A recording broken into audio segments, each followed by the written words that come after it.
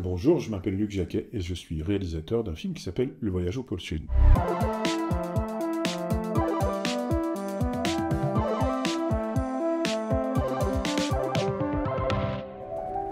La cordillère des Andes. Ces forêts les plus australes du monde.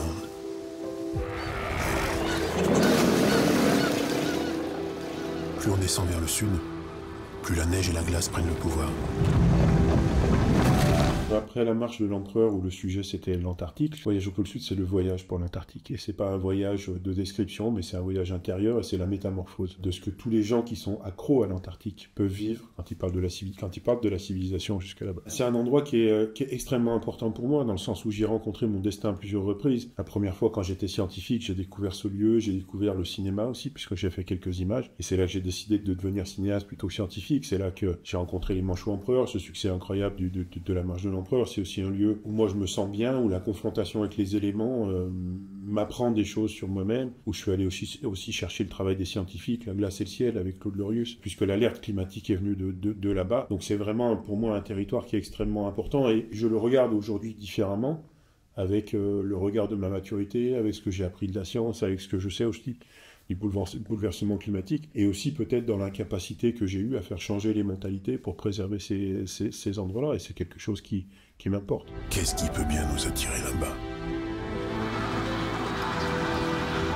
La navigation est très difficile. Va-t-on passer? L'infime et l'immense se confondent.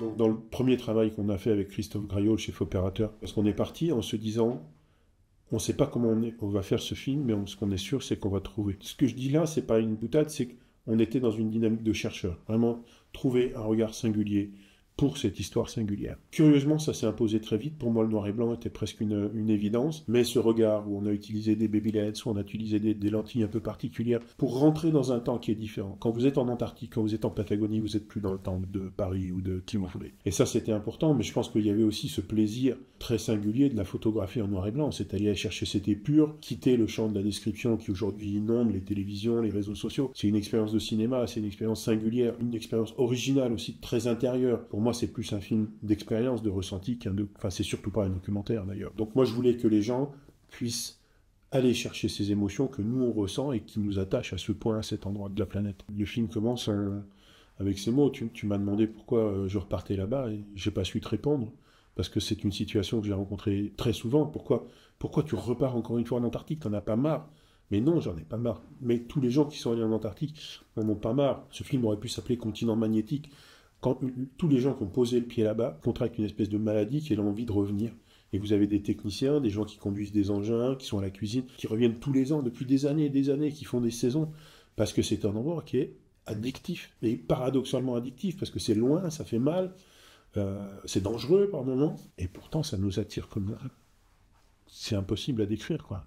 J'ignorais qu'en posant le pied là, je resterais marqué à jamais par la soif de revenir, et revenir encore. Au-delà de toute forme de raison.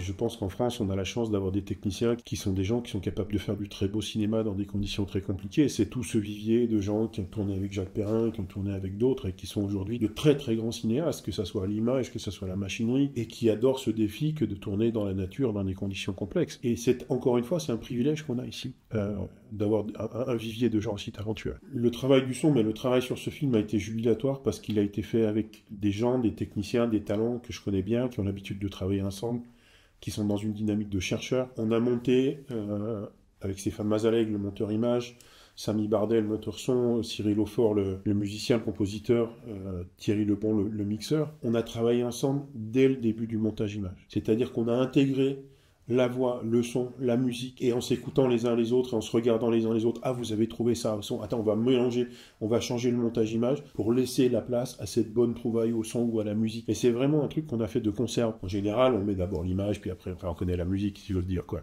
Et on gère tout ça au mixage. Là, on a vraiment tout intégré, tout harmonisé ensemble, et en prenant un plaisir fou, parce qu'on avait une liberté pour faire ce film qui était une liberté infinie, qui n'était que limité par nos propres talents et nos propres audaces, d'une certaine manière. Le travail sur le son et la musique dans ce film, en particulier, a été jubilatoire.